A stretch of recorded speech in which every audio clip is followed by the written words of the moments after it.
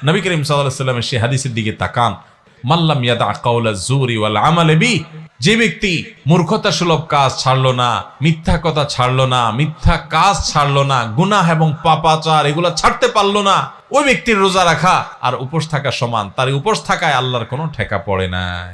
রোজা মানে শুধুমাত্র পেটের রোজা না, রোজা মানে দুই ঠোঁটের রোজা, রোজা মানে হাতের রোজা, রোজা মানে পায়ের রোজা, রোজা মানে চোখের রোজা, রোজা কানের হয়, রোজা আপনার মাথার হয়, ব্রেনের হয়, রোজা সমস্ত অঙ্গ প্রত্যঙ্গের হয়। যে ব্যক্তি শুধু পেটের রোজা রাখে সে উপোস থাকে, আর যে মাথা থেকে পা পর্যন্ত পুরো শরীরের রোজা রাখে, চোখেরও রোজা রাখে, চোখ দিয়ে খারাপ জিনিস দেখে না, হাতের রোজা রাখে, হাত দিয়ে খারাপ জিনিস ধরে না, মুখের রোজা রাখে, মুখ দিয়ে মিথ্যা কথা বলে না, হারাম উপার্জন করে না, পাও দিয়া খারাপ পথে যায় না, মনে খারাপ চিন্তা করে না, কান দিয়া গান বাজনা শোনে না।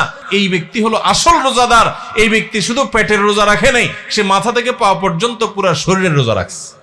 অতএব এই বছরের রমজানে আল্লাহকে সাক্ষী রেখে আল্লাহর সাথে কথা দেয়, আল্লাহ এত বছর রোজা রাখছি, তোমার রোজার মর্ম বুঝি নাই, এই বছর আমি রোজার মর্মটা একটু বুঝে রোজাটা সঠিকভাবে রাখবো। চেষ্টা করা যাবে না ইনশাআল্লাহ?